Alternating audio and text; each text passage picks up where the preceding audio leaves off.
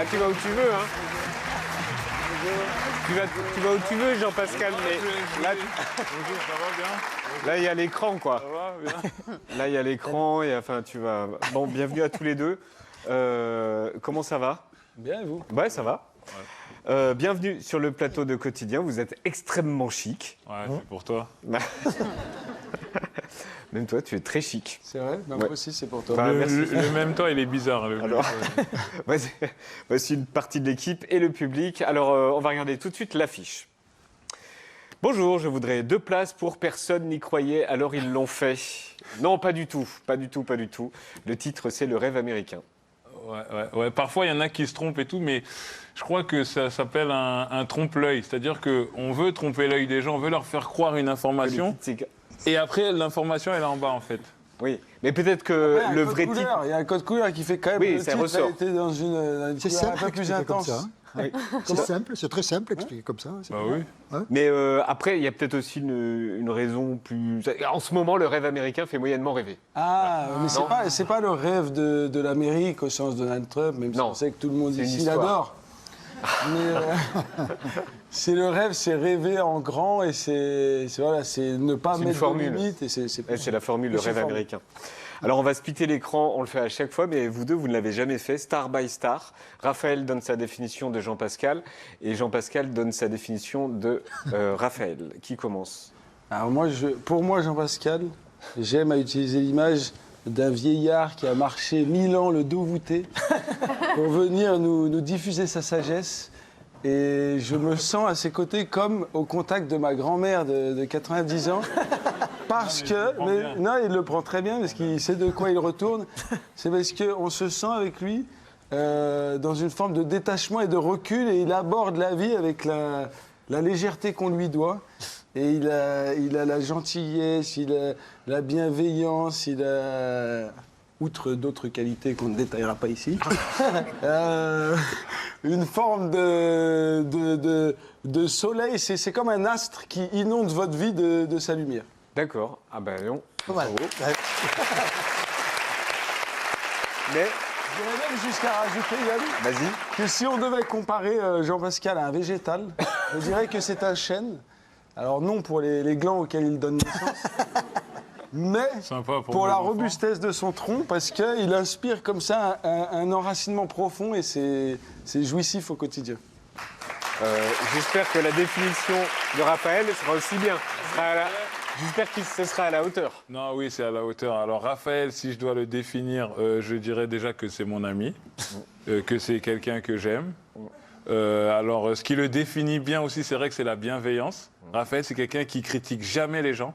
Il critique personne. Des fois, je lui tends le bâton pour critiquer des gens. Et il le fait pas. Il est toujours dans la bienveillance. Ce que j'aime chez lui, j'avoue, c'est son humour. Quand je vois tes photos dans le dossier Epstein, je te fais quand même une petite réprimande. Voilà. Et il a ce côté un peu toxique que j'aime bien aussi. On vient de le voir. Voilà, qu'on vient de voir. Non, c'est la bienveillance, c'est la fougue, c'est l'humour. Et c'est vraiment, je pense que c'est mon ami et que je te l'ai jamais dit, mais en vrai, je t'aime quand même. Et si c'était un arbre? Et si c'était un végétal? Des orties. D'accord. Pourquoi? Parce que ça pique, mais parfois, quand ça pique, ça fait du bien aussi. Pour jouer des amis, est-ce que c'est mieux d'être des vrais amis dans la vraie vie? Ouais, quand même. Quand même, ouais. Dans le film, en fait, Jérémy et Bouna, ils sont amis et nous, on devait interpréter cette amitié. Et le fait qu'on soit amis dans la vie, ben, on passe une étape. Ouais, mais c'est pas dangereux, justement, de jouer des amis et d'être amis dans la vraie vie? Pas du tout. Parfois, ça peut arriver que tu t'entendes bien avec quelqu'un. Et en fait, quand le petit bouton rouge de la caméra il s'allume, ça perd l'alchimie. Parce que c'est comme s'il y avait une tierce personne qui venait observer. Donc tu perds l'équilibre. Mais avec Jean-Pascal, ça fait pas ça. Nos regards, ils continuent D'être amis. danser ensemble et nos âmes, elles poursuivent leur valse. Et est-ce que ça vous est déjà arrivé de jouer des vrais amis, séparément, hein, de vrais amis, et être avec des gens qu'on n'aimait pas? Non, pas du tout. Non, moi, ça m'est... Déjà, s'il y a un mec que j'aime pas ou une personne que j'aime pas dans un film, bon, il y en a pas beaucoup, mais j'y vais pas, c'est tout. C'est vécu avec jamais les arrivé. gens. Raphaël. Moi, ça m'est pas arrivé, non. C'est vrai. Ouais, j'avais joué avec Anthony Bajon et je l'adore. Donc Bah, vous avez reçu tous les deux la première fois. Ouais. Ah, c'est pas ce qu'il m'a dit, Anthony, mais enfin bon. Je veux pas mettre de l'eau dans le gaz. Le rêve américain, c'est une histoire de succès, une histoire d'amitié, une histoire vraie. C'est l'histoire de, je sais pas si tu connais. Si, bien sûr. Oui. Bouna Ndiaye et Jérémy Medjana, les agents de Victor Wembanyama, de Rudy Gobert, d'Evan Fournier, de Nicolas Batum et de Bilal Koulibaly. 2 mecs qui sont partis de rien et qui sont devenus des stars du métier. Est-ce qu'à la base, vous les connaissiez? Non, on les connaissait pas du tout parce que Raphaël et moi, on est vraiment des Français de base. Nous, c'est le foot. Le basket, c'est un peu sophistiqué pour nous, donc on les connaissait pas. Mais ce qui nous a intéressé dans le scénar, c'est On d'abord... connaissait quand même leur écurie et les joueurs. Eh, coupe-moi la parole, bien sûr.